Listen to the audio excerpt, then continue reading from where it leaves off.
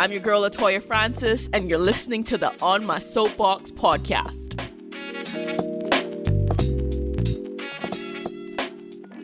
Hey guys, welcome back to another edition of the On My Soapbox podcast, the place where I come to be unfiltered and unadulterated on matters that might not be popular or might even bring some opposition. But this is my soapbox, and these are the things I'm passionate about. Reflecting on the past year and the various conversations I've had with friends and family members coming out of it, it became abundantly clear to me that we've all experienced perspective shifts in various areas of our lives. Over the coming weeks, I would like to invite you to join me on the journey of having intimate conversations with women I love and respect from all around the world and from all walks of life, all sharing the various lessons and perspective shifts they have experienced in the last year up to this point in their lives. This series is called the Perspectives Project. For each podcast episode, there will be an accompanying article posted on the francisthedreamer.com website that further shares our guest's journey. Today, I'm speaking with the one and only Patience Malo, aka Patience Zowa, aka my Swazi queen. LOL. Tell us a little bit about yourself. Who is Patience Malo, aka Patience Zowa, aka my Swazi queen? Well, first and foremost, thank you so much for having me. It is a privilege to be picked by somebody that I also recognize as a queen, my Cayman Island queen. So So I'm really, really excited and so glad that you picked me, honestly. Well, I don't know what to say. I feel like I'm a diverse person, somebody who has had the privilege of being all over the world, which has made me not be just one picture, I guess. I think I relate to a lot of different cultures, and I love that because it always reminds me of what God wanted us to do in the first place, which is just love each other and get to know each other and be one. So yeah, I live in Swaziland. I am recently married, not recently like yesterday, but I've been for 2 years now. So I have a beautiful, wonderful family. I'm very close with my sisters, my brother. I live in the rural part of Swaziland right now in Pixpeak, and I'm working with a ministry called the Church International, where we have an orphanage, a preschool, and a care point where we feed children, as well as a church. And then I also work with El Shaddai, which is another ministry, just about an hour away from where my home is. I work with young girls there, just doing counseling. But yeah, that's kind of who I am for now. What can I say, people? My friends are dope. Okay, back to the interviews. All right. If you had to give your perspective shift or lesson learned a title, what would that be? Oh my gosh, expect the unexpected. That's exactly what it was. It was everything that, it was so unexpected. There was nothing that was like, oh yeah, I could have predicted that. That could have happened for sure. No, it was like God was like, here I come. Yeah. So, but yeah, expect the unexpected, yeah. In your essay, and by the way, thank you so much for sharing your journey with us. You talk about the struggle of busyness, almost realizing that, at least when I read it, I felt like there was a realization that this busyness can either be seen as an addiction or a cover up or a distracting mechanism. Can you walk us through how you came to that realization that being busy wasn't just only being busy? It was probably a distraction from something else. I think when I realized that I missed it so much, nothing that was calm was good enough. Things that were calm were actually irritating. And even just trying to spend time with God, it was like I was always looking for the next thing. Or if it wasn't in part of the schedule, it was like, well, we didn't discuss it and I've got other things to do, or how am I going to get it in? Yes, I should. It's important. But at the same time, I've got so much that I want to do. So that's how I used to live my life before. So I think when I realized it was more of like something that was distracting me from my walk with Christ, something that was distracting me from really living out his will for my life, was when it really became an annoyance to not be busy. It was just something that I couldn't cope with. And my husband is such a calm person, and he's very much like, we'll get it done. And for me, I'm like, I need to know the day, the hour, the moment when we will get it done so that I can work around all of that. So I ended up finding even moments where he was just annoying, but it wasn't because of anything but the fact that he was so calm. Yeah. So it really was something that I felt God was showing me. And looking back at being in such a busy organization as well, I just remembered times when I would come home and just be in bed and so tired, and realize just counting the hours when I had to get up again to do it all again.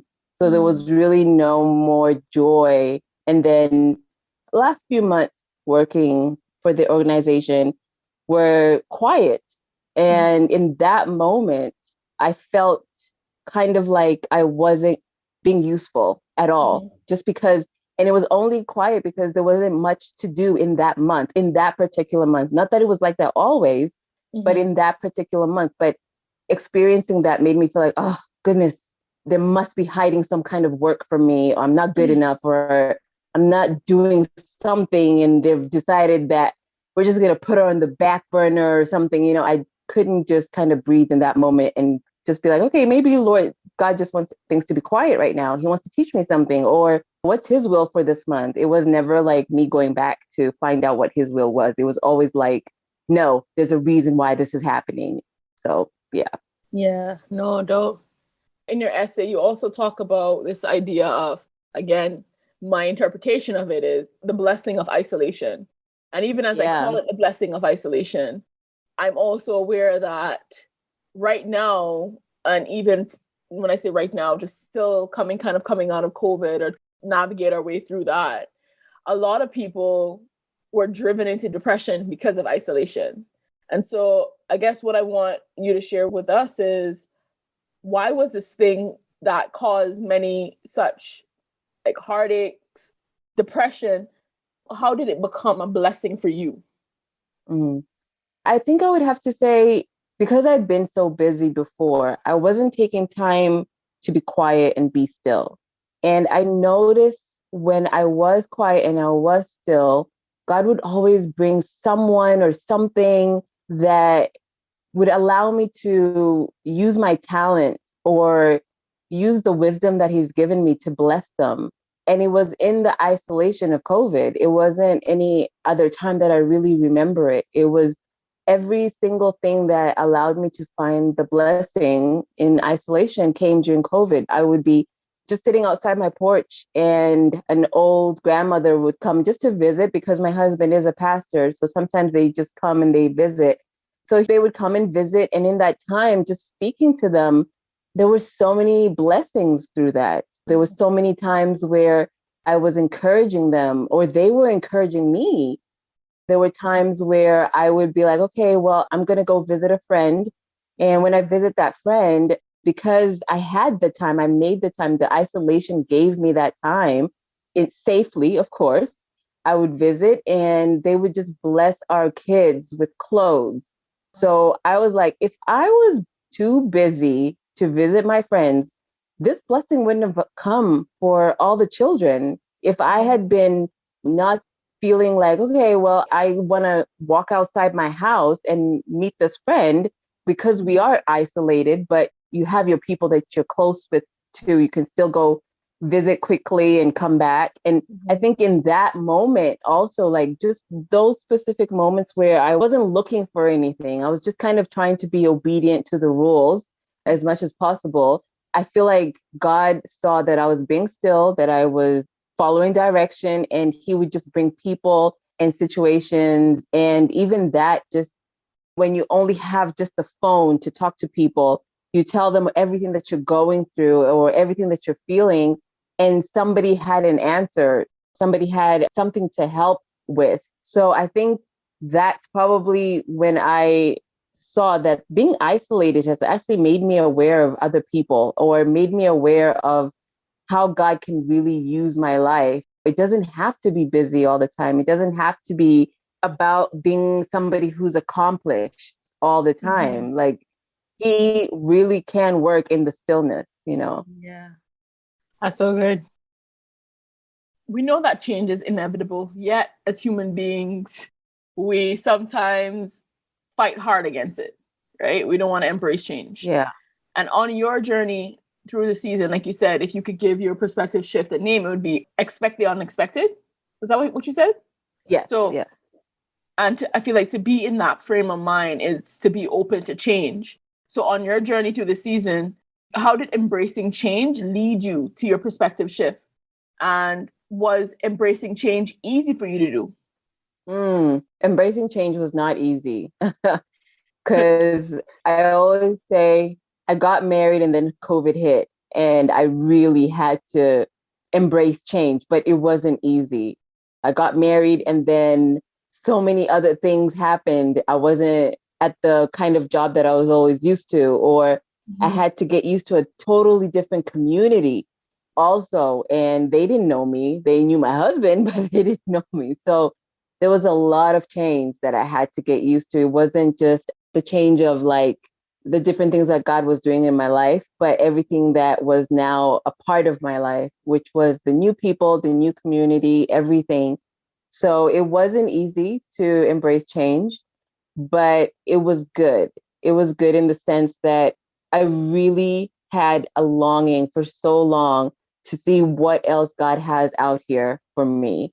I really thank Him because whenever I think about the kind of jobs I've had, I've always learned are the like so many things that always get me ready for the next job or the next assignment. So when it comes to where I am now, it was such a big difference because it was like moving from the city to like a really, really quiet place, like really quiet. But it gave me a chance to really get to know people sitting and talking and being a part of the same movements and things like that. So I think that for me was a big thing, just to be able to be like, okay, I've never been around a group of older women and been a teacher to them. So now I have to figure out and pray because I can't do it by myself. It's too big. I felt Mhm. like, especially that part was too big. Going to a new community. I mean, I've been in other countries where it's like I don't know anyone, but being there, it's actually weird because it's my home country. It's where I'm from, but Mhm. I still felt like such an outsider. So that change was difficult because I wasn't around the city where it's kind of like, okay, I've been in many cities, so I'm used to it. It was very rural and quiet and traditional. So I think in that aspect as well, it was a big change for me. I forgot the other part of your question, perspective. No, you answered it. Oh, great. Yeah. Um, I was actually just thinking as well in your essay, the latter part, I guess the last experience that you shared. Oh, yeah. I was undecided of whether or not I should bring that up now, but I'm Yeah. going to bring it up because a part of me was just like, no, I want them to read this for themselves, but Okay. without giving too much away. Can you All walk right. us through like that last experience that you share in your essay and even that change, like being open to that and Yeah. just whatever is on your heart that you want to share about that. Yeah, if you could just share some stuff with us on that. Yeah. That last part was completely a curveball. It just came. And the funny thing is, I always look at how it happened. We were at a wedding, and my friend who was getting married, the evening of her wedding, I was actually at her house because it was COVID. So they weren't good. And I needed to stay at her house for the night and then leave the next morning. And out of nowhere, she just said, I need somebody to help me with this child. And I was Mm. like, okay. And I hadn't talked to my husband. I hadn't said anything to him. And she was just like, well, I just need a place where this child can stay. And I was like, oh, okay, that's fine. I'll find out where. And It didn't even take me a couple of days. I don't even know how I said yes. I can honestly say I don't know how I said yes. Because even when I talked to my husband, he just looked at me like, "Are you serious?" And Yeah. I was like, "Yeah, I think I'm serious." Like, and he was like, "Okay," like, but not a convincing okay. And I think we were on the same page. Like, we feel like we should do this, but we're not sure why, you Yeah. know? So I think that that last part was very close to our hearts. It really helped us to understand that God can bring anything in your life. You just Yeah. have to be ready. You just Yeah. have to be open. And everybody that we talked to, every time we told them what we're doing, they'd be like, "You guys are so brave." And we Yeah. couldn't understand what they meant, Yeah. honestly, because we were like, well, it's just helping another child. It's just that's all it is. I felt like we were so like innocent and gullible about it. We were just like, well, we're just helping, you know? But now when we look back at it, it was like, yeah, we were really brave because anything could have happened. And, Yes. on top of it, she's coming from a totally different environment. But here's God giving us an opportunity to speak into her life. And she was just the best thing ever.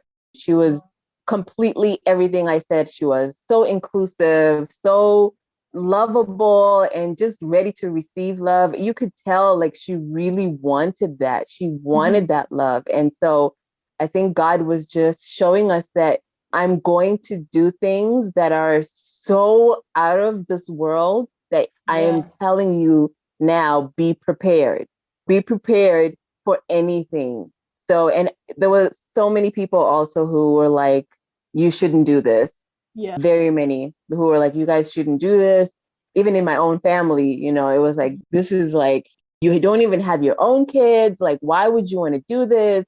But we really felt like this was from God. And every time, every night we prayed with her, every night we talked to her mom to encourage her. We could feel. And then when her mother, I didn't put this in the essay, but her mother actually came and did a week of counseling with us. And that has completely changed her life. Just Wow. today, actually, I went to see her again, Mhm. and like she's totally different. Even her Wow. face, the way she looks, she's happy, she's trusting again. That was the biggest thing, to see her trusting again.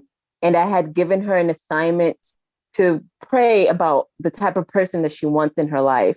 Yeah. And today she calls me mom. So she Mhm. was like, "Mommy, he ticks all the boxes." Because she Mhm. started seeing somebody that she thinks might be somebody that she would like to, marry one day.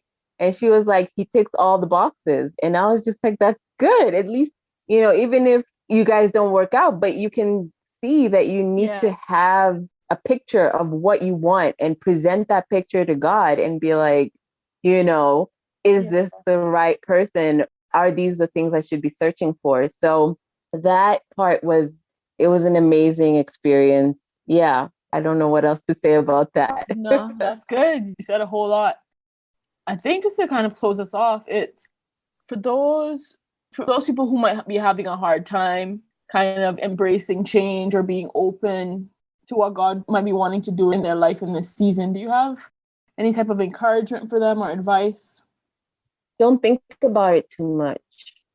Hmm. It's his world. That's one thing I discovered. It's his world. God's going to do with us what he wants to do with us. We just have to be willing. So sometimes we overthink things.